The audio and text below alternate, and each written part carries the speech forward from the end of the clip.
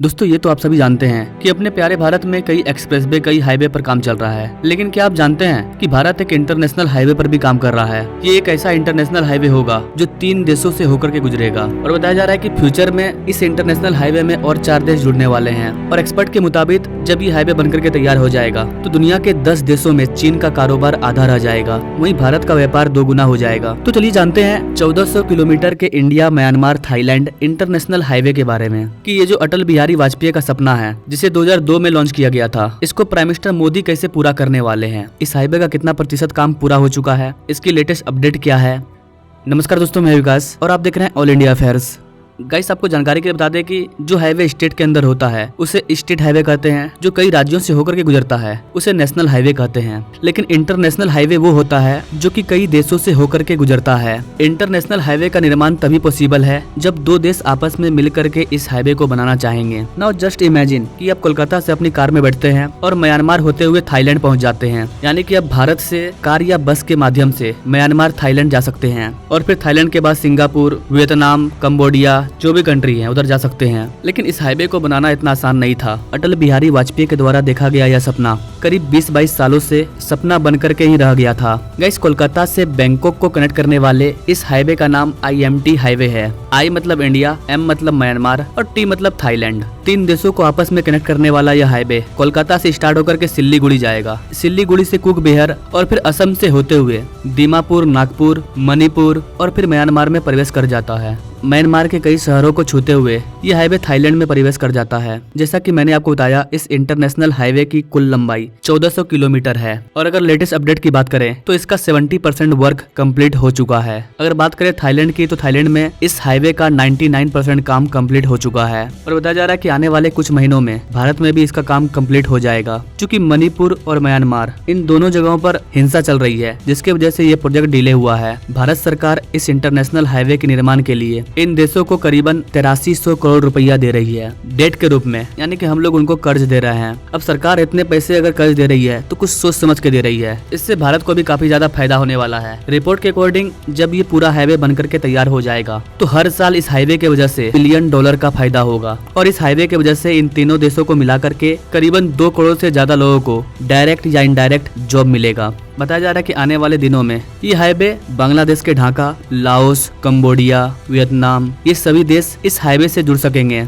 अगर इस international highway के बनने के और भी फायदे की बात करें, गाइस ध्यान से समझिएगा, अभी प्रेजेंट टाइम में भारत की जो GDP है वो करीबन 4 ट्रिलियन को टच करने वाली है, टच की नहीं है। लेकिन आने वाले दशक में भारत की GDP 8 ट्रिलियन के पार चली जाएगी। और ये होगा कैसे? हम लगातार चाइना का काउंटर करेंगे। ये जो हाईवे बन रहा है, इस हाईवे की मदद से हम साउथ चाइना के जितने भी कंट्री हैं उनके साथ आसानी से ट्रेड कर पाएंगे। जैसा कि आप सभी जानते हैं, China belt and road initiative project पर काम कर रहा है, जिससे कि चाइना को फायदा होगा। वही दूसरी ओर भारत, हम एक और IMEC कॉरिडोर पर ध्यान दे रहे हैं, एक और इंडिया रसिया वाला कॉरिडोर पर ध्यान दे रहे हैं और दूसरी ओर साउथ चाइना में चाइना का काउंटर करने के लिए हम ये हाईवे का निर्माण कर रहे हैं, ताकि हम इन कंट्रियों के साथ आसानी से ट्रेड कर पाए। जब तक हम दूसरे देशों के साथ ट्रेड नहीं करेंगे तब तक हमारी इकोनॉमी ग्रो नहीं करने वाली है। भारत आने वाले समय में एक बड़ा मार्केट बनने जा रहा है और उस मार्केट में जो भी प्रोडक्ट का निर्माण होगा उसका खपत करने के लिए, अलग अलग राज्यों में बेचने के लिए हमें इंटरनेशनल हाईवे की जरूरत होगी। हमें उन कंट्री की जरूरत होगी जहां पर हमारे मार्केट का प्रोडक्ट आसानी से बिके और इस चीज में ये इंटरनेशनल हाईवे साउथ चाइना में भारत की एंट्री के लिए एक इम्पोर्टेंट रोल प्ले करने वाला है। और इस इंटरनेशनल हाईवे का सबसे बड़ा फायदा तो यही है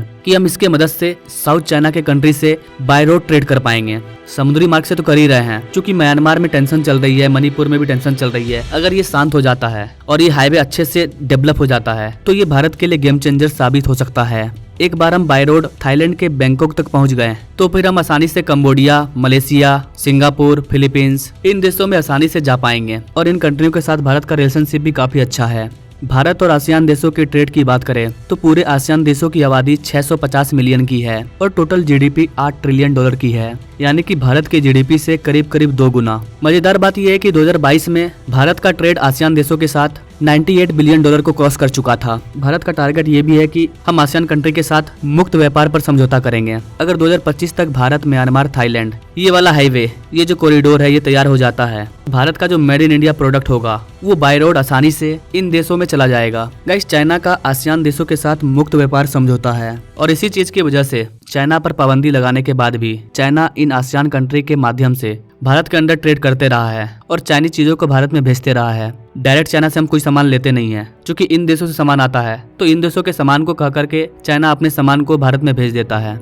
2022-23 के फाइनेंशियल ईयर में भारत ने इन आसियान कंट्रीज को $44 बिलियन का एक्सपोर्ट किया, गुड्स वगैरह को एक्सपोर्ट किया। जबकि इंपोर्ट की बात करें तो करीबन $88 बिलियन का हमने इंपोर्ट किया है इन आसियान कंट्रीज से, और इनमें ज्यादातर चीजें चाइनीज थी, बस उसमें टैग मेड इन चाइना का नहीं था। तो हमें इस ट्रेड डेफिसिट को कम करना होगा। अगर ये इंटरनेशनल हाईवे बनता है तो हम चाइना का आसानी से काउंटर कर पाएंगे और हम अपने चीजों को भी इन आसियान कंट्री में भेज पाएंगे। और ये कंट्री जो चाइना पर डिपेंड हो चुके हैं, ये चाइना पर से अपनी डिपेंडेंसी को भी कम कर पाएंगे और इंडियन प्रोडक्ट का आसानी से यूज कर पाएंगे। भारत के अंदर जिस तरह से बड़े बड़े इंडस्ट्री बन रहे हैं, बड़े बड़े मैन्युफैक्चरिंग सेक्टर बन रहे हैं, तो ऐसे केस में हमें एक अच्छे मार्केट की जरूरत पड़ेगी और ये पूरे आसियान कंट्री हमारे लिए एक अच्छे मार्केट हो सकते हैं। अगर ये इंटरनेशनल हाईवे बनता है तो नॉर्थ ईस्ट का काफी ज्यादा विकास होगा। भारत की बड़ी बड़ी कंपनियां, इंडस्ट्री नॉर्थ ईस्ट में भी एस्टेब्लिश होगी। जैसे कि असम के अंदर सेमीकंडक्टर प्लांट बैठने जा रहा है। नॉर्थ ईस्ट में ये इंडस्ट्री इसलिए बैठेगी ताकि हम आसानी से इन चीजों को भारत के बॉर्डर वाले एरिया में बना करके तुरंत इन कंट्रियों को एक्सपोर्ट कर पाएं। यही कारण है कि भारत सरकार लगातार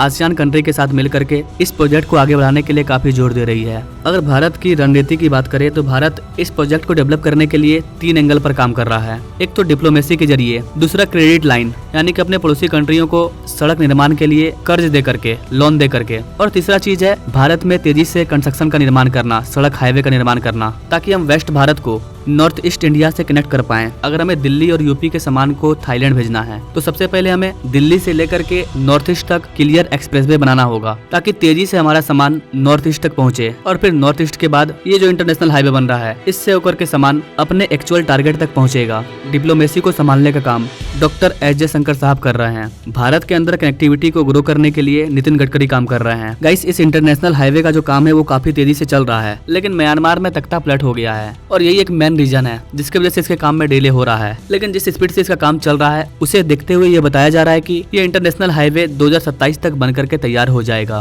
भारत सरकार का प्लान है कि जब ये हाईवे बनकर के तैयार हो जाएगा तो हम मणिपुर से म्यांमार तक बस सेवा भी शुरू करेंगे, जिसे फ्यूचर में बाकी देशों से भी कनेक्ट किया जाएगा। यानी कि आप बस से यात्रा कर पाएंगे म्यांमार का, थाईलैंड का, बैंकॉक का। इसके अलावा सरकार का प्लान है कि इस हाईवे के पैरेलल हम लोग रेल को भी चलाएंगे, क्योंकि आने वाले टाइम में ट्रक वगैरह के माध्यम से ट्रेड करना काफी स्लो होगा। अगर ट्रेन होगा तो फिर ट्रेड काफी स्पीड से ग्रो करेगा। और इस चीज में भारत का साथ दे रहा है जापान। जापान इस प्रोजेक्ट के अंदर इंटर भी कर चुका है। जापान इस रेल लाइन के लिए फंड भी दे रहा है। लेकिन इन सब के बाद भी जो सबसे बड़ी प्रॉब्लम है वो है चाइना। चाइना इस इंटरनेशनल प्रोजेक्ट पर अपनी कुदृष्टि बनाए हुए है। वो नहीं चाहता है कि ये इंटरनेशनल हाईवे बने, इसलिए चाइना म्यांमार में तख्ता पलट करवा रहा है और म्यांमार को अपने कब्जे में लेने की कोशिश कर रहा है, क्योंकि चाइना जानता है अगर भारत इसमें कामयाब हो गया तो आसियान कंट्री के साथ चाइना का जो ट्रेड है वो कम हो जाएगा। लेकिन भारत सरकार अपने तरीके से इन सब काम को स्पीड से अंजाम दे रही है और काम तेजी से चल रहा है। जाते जाते गाइस आपको बता दें कि इस इंटरनेशनल हाईवे का जो प्रस्ताव है ये अटल बिहारी वाजपेयी के द्वारा दिया गया था और 2002 में इस हाईवे को मंजूरी मिली थी।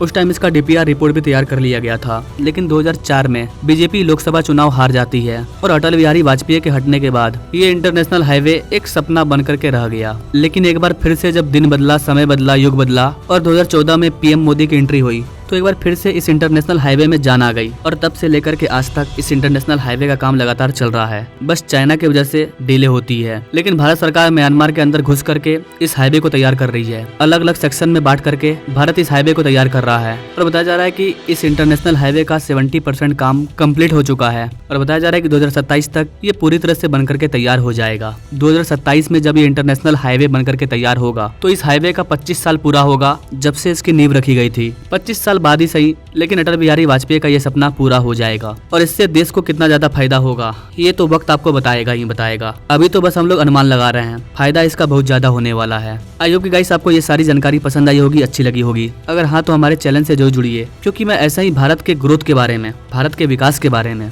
नए नए प्रोजेक्ट के बारे में जानकारी लाते रहता हूँ। Now thanks for watching. मिलते हैं अगले वीडियो में एक नई जानकारी के साथ। तब तक के लिए जय हिंद।